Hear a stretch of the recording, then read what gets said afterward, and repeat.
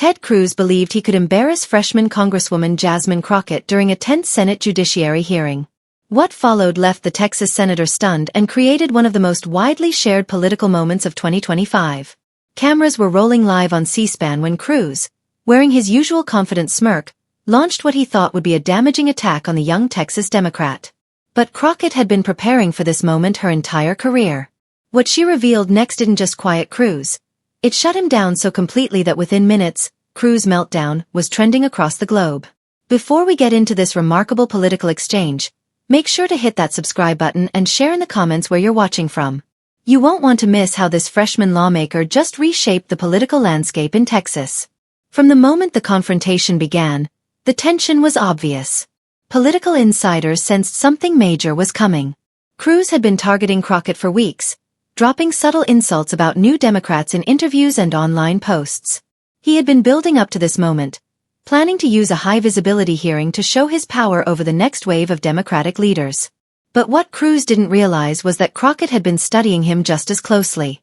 She reviewed his committee exchanges, broke down his debate habits, and identified his greatest vulnerability, his ego.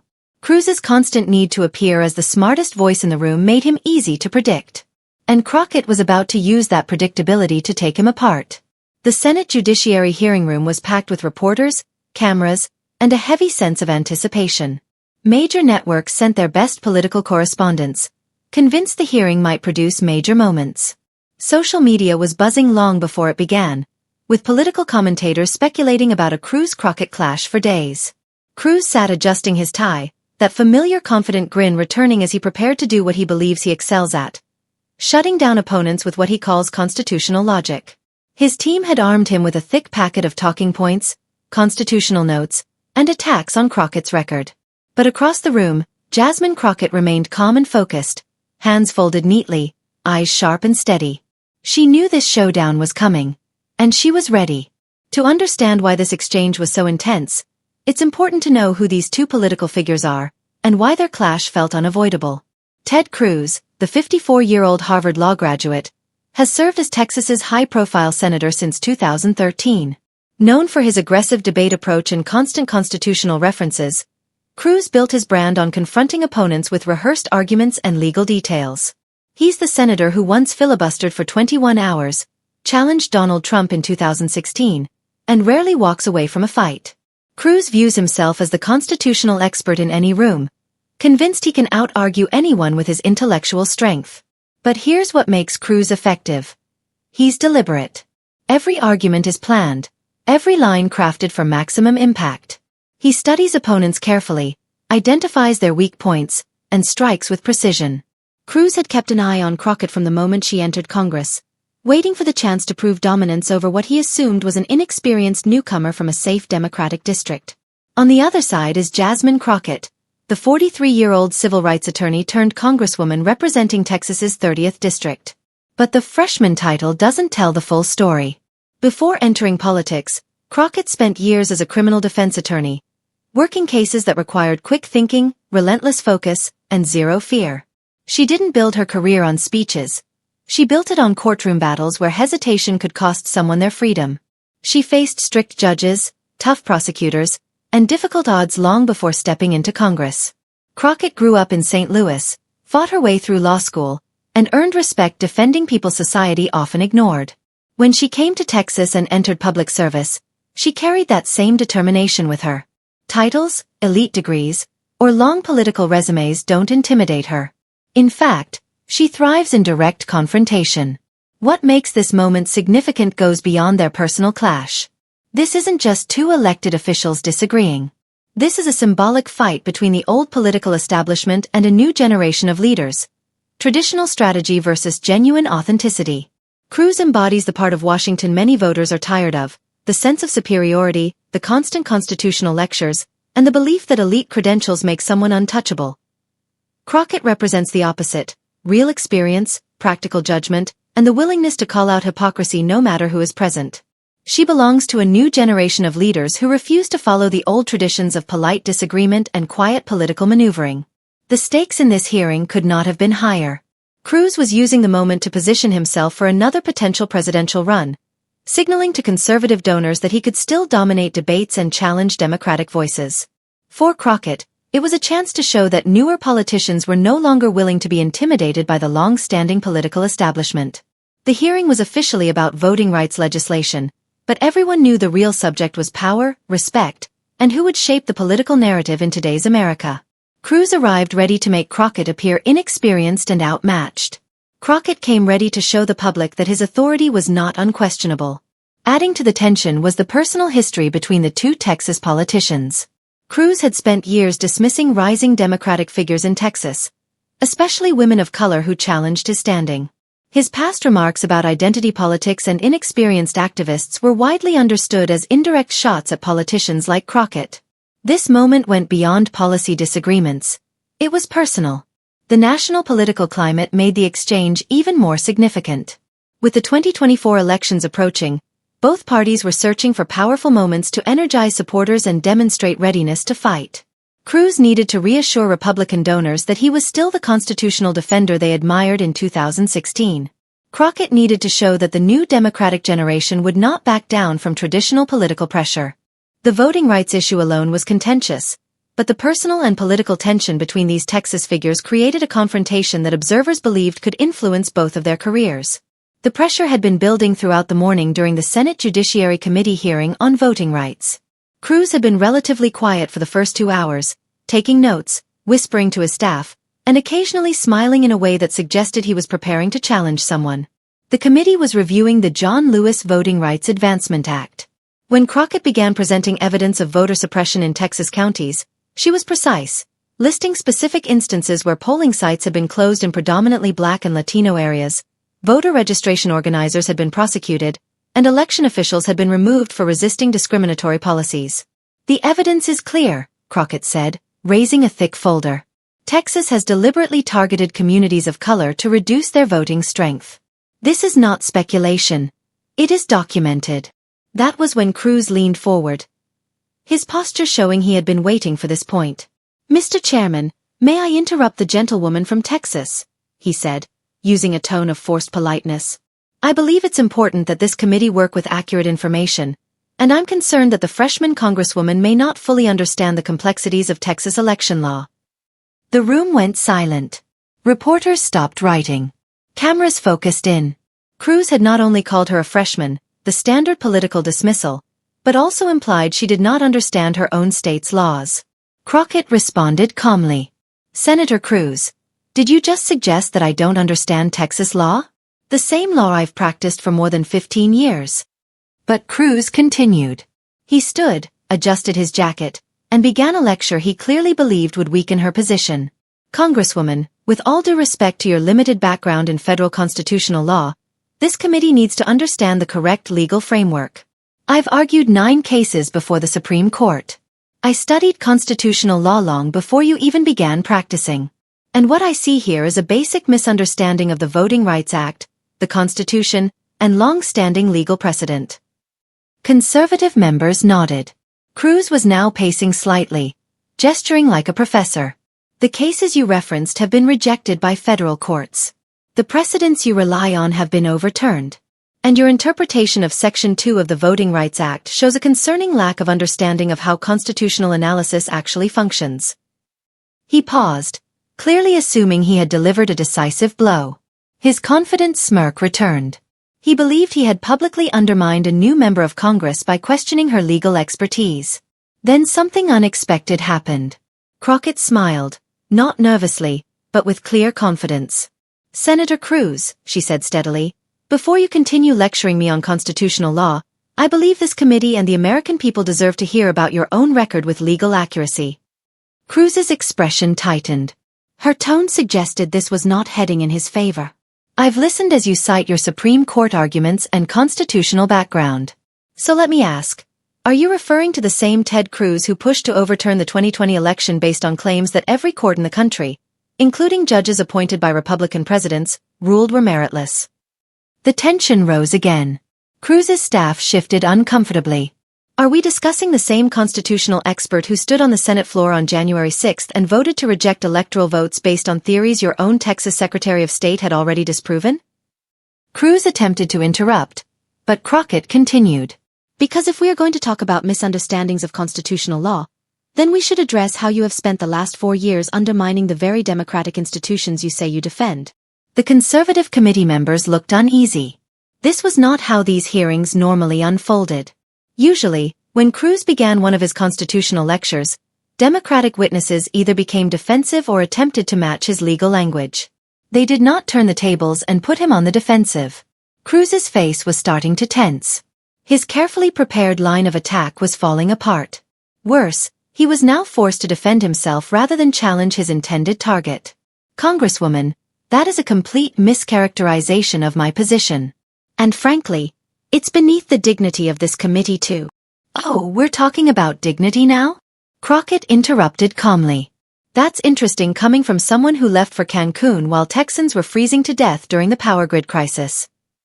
Gasps moved across the hearing room. Reporters immediately began typing. Crockett had just referenced the most embarrassing moment of Cruz's political career, when he was found flying to a resort in Mexico while his constituents were suffering in extreme cold. But she wasn't finished. Crockett reached into her folder and removed a document Cruz could not see from where he sat. Since you want to question my understanding of Texas law, Senator, perhaps you can help this committee clarify something. I have here the legal brief you filed in Texas versus Pennsylvania, in which you argued that other states' elections were invalid and should be overturned. Cruz's eyes widened. He knew exactly which document she held, and he knew what was coming. This brief was so legally unsound that the Supreme Court rejected it without comment. Not argued, not debated, simply dismissed as obviously baseless and not worth the court's time. Yet you signed your name to it and used your Harvard law degree to support what many respected legal scholars called an attempt to undermine the Constitution. The room grew silent, broken only by camera shutters clicking. Cruz looked as if the wind had been knocked out of him. His attempt to challenge Crockett's credentials had backfired, and now she was steadily dismantling his image as a serious constitutional expert. So before you lecture me on constitutional law, Senator, Crockett continued, perhaps you should explain to this committee, and to the people of Texas, why they should trust the legal judgment of someone who spent years trying to challenge democratic results and then left the country when his own state needed him most. Cruz was visibly shaking now, gripping the edge of the table. This was supposed to be his moment to dominate, to show Democratic witnesses that he remained a strong voice on constitutional matters. Instead, he was being taken apart by a freshman congresswoman who used his own record against him. Other Republican committee members looked increasingly uncomfortable as they watched their colleagues struggle on live television. Some checked their phones, likely hoping their own past statements wouldn't receive the same scrutiny. Democratic committee members tried to contain their reactions as they watched Cruz finally face a challenger he couldn't easily dismiss. Behind him, Cruz's staff took hurried notes, whispering as they tried to come up with a way to manage the situation. One aide scrolled through her phone, likely searching for talking points or mitigation strategies, but there was no recovering from a moment this public. The C-SPAN cameras documented every detail. Cruz's flushed face, the nervous movements, and his loss of the confident posture he usually carried. Viewers online were already creating memes and reaction clips from his expressions of shock and frustration. The chairman attempted to bring the room back to order, but the damage was already irreversible. Cruz had walked into a political disaster, and everyone present knew it. The man who built his image on intellectual authority had just been outmatched by someone he initially dismissed as inexperienced, and the entire country was watching. What happened next would be remembered as one of the most complete public breakdowns ever shown on live television. Cruz, his face now entirely red and his voice unsteady, made a critical mistake. He tried to fight back instead of stepping away. Congresswoman, your description of my legal record is not only false, it is defamatory, he said, pointing across the room. I have spent my entire career defending constitutional principles, and I will not sit here and allow a freshman member of Congress to question my integrity using partisan talking points. The moment he finished speaking, it was clear from Crockett's expression that Cruz had opened the door wider than he realized. He had given her exactly the opportunity she needed. Partisan talking points? She repeated, her voice rising only slightly. It wasn't anger, it was focused, precise frustration shaped by years of courtroom experience. Senator, these are not talking points. These are facts. And since you want to discuss integrity, then let's discuss integrity. She stood up, holding the legal brief in one hand and reaching for another document with the other. The entire hearing room leaned in. You filed this brief in December 2020 claiming that Pennsylvania, Georgia, Michigan, and Wisconsin held invalid elections and that their electoral votes should be discarded. You signed your name to a document that legal experts across the political spectrum described as a constitutional violation. You used your role as a United States Senator to give legitimacy to the big lie. Cruz attempted to interrupt again, but Crockett's voice cut through the room with precision. And then, Senator, on January 6, 2021, while a mob attacked the Capitol building, while officers were beaten with flagpoles, while democracy itself was under threat, you stood on the Senate floor and voted to reject the electoral votes from Arizona. She paused, allowing the point to settle before delivering the central question. So when you speak about constitutional principles and integrity, I have to ask, which constitutional principles were you defending when you attempted to overturn a free and fair election? What integrity were you showing when you contributed to an insurrection and then sheltered in a secure location while Capitol Police officers risked their lives protecting our democracy? The hearing room erupted. Conservative committee members began talking over one another, trying to object and regain order. Liberal members remained silent, watching a freshman congresswoman say what many Senate Democrats had avoided for years. Reporters rushed to take notes and send updates to their editors. But instead of stepping back or redirecting, Cruz made things worse. He completely lost his composure. "How dare you?" he shouted, standing so quickly his chair rolled back.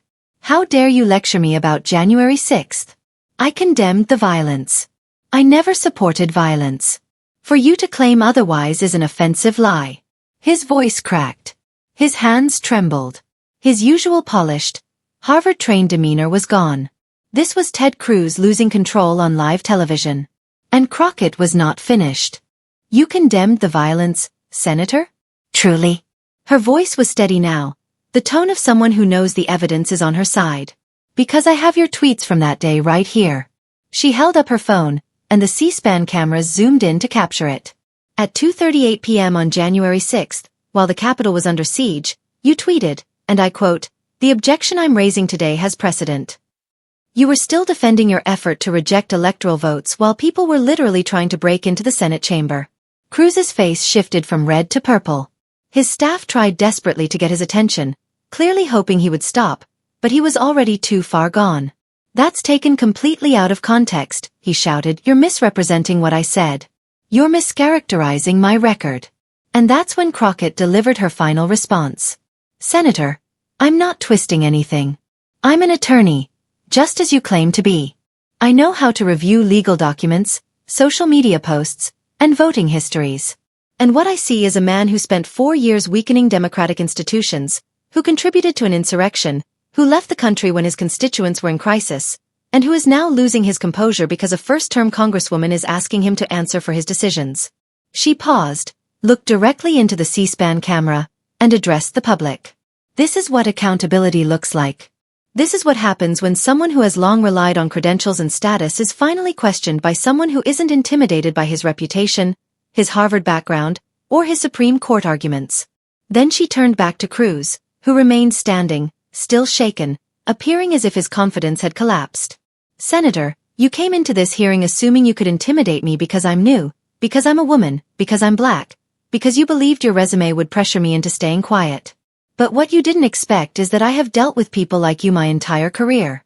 I've stood in courtrooms before prosecutors and judges who thought they could silence me with their titles and achievements. And here is what I learned." Cruz stared at her, unable to speak, something almost unheard of in his political life. "I learned that credentials without character have no value. I learned that degrees without integrity don't mean much. And I learned that the loudest person in the room is often the most insecure." The hearing room went quiet except for the clicking of cameras. Cruz stood there, his mouth slightly open, looking stunned. "So here's what will happen, Senator.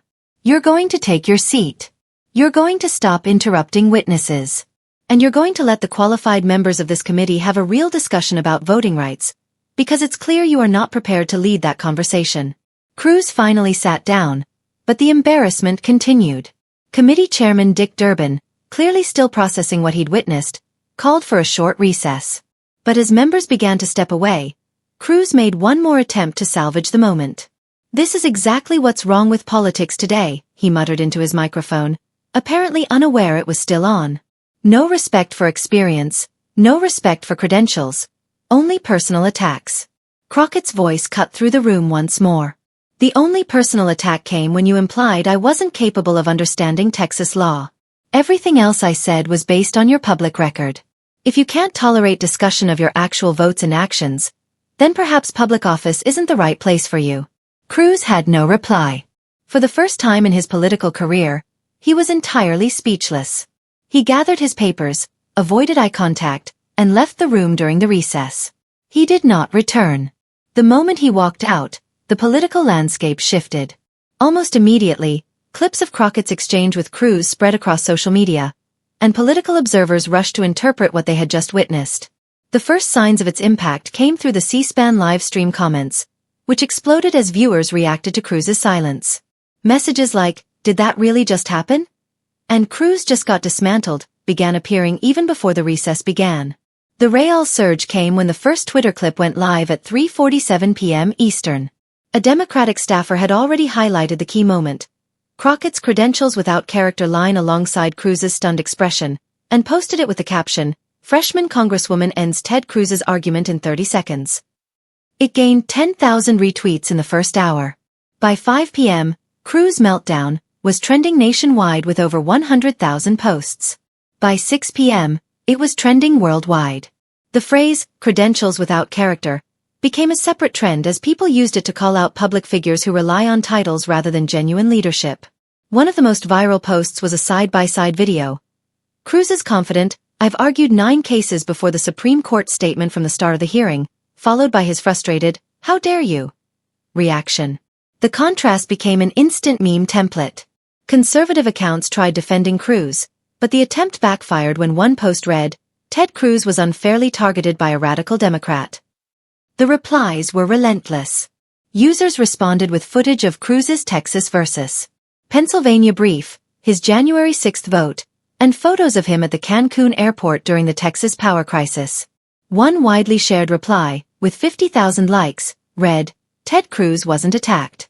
He was confronted with facts. Apparently, that's his weakness." The media response was unlike anything journalists had seen in years. CNN's Anderson Cooper opened his program by saying, "I've covered politics for decades, and I have never witnessed a more complete political unraveling than what Jasmine Crockett did to Ted Cruz today." He then played the entire exchange without commentary, allowing viewers to watch the interaction themselves. MSNBC's Rachel Maddow dedicated her opening segment to what she called the collapse of Ted Cruz's political persona. She carefully reviewed each of Crockett's claims, showing how every statement was supported by evidence and contrasting it with Cruz's reactions.